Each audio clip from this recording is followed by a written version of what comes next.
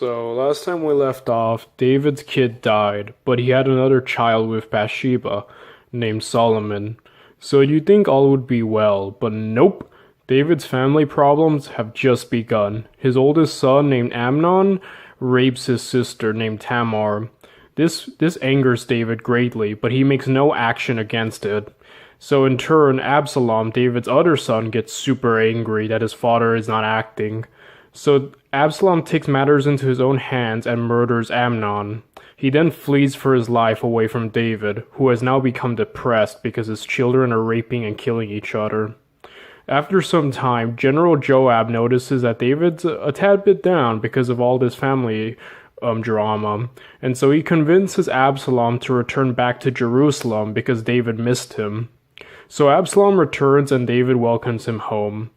Absalom becomes ambitious though and decides that he wants to be king of Israel. So he spends years making himself look better than his father David by mingling with the common folk and using his charisma, handsomeness, and charm to win the hearts of everyone.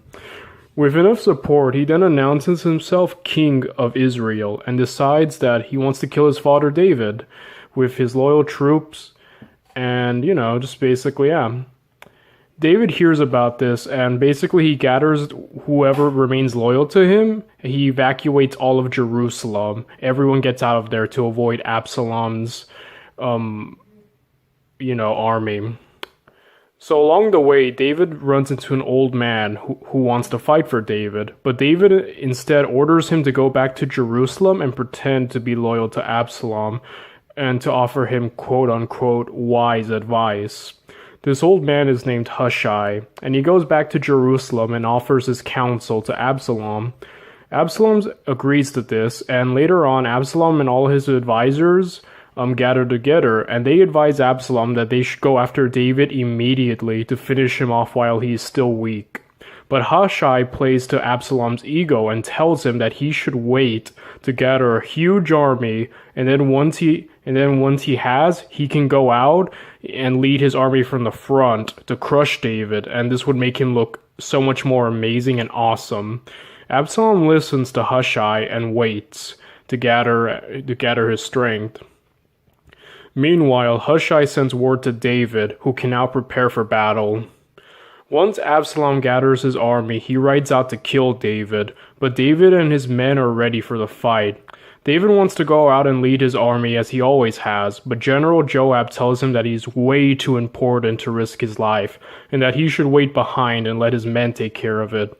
David listens, but tells Joab not to harm Absalom and to bring him peacefully.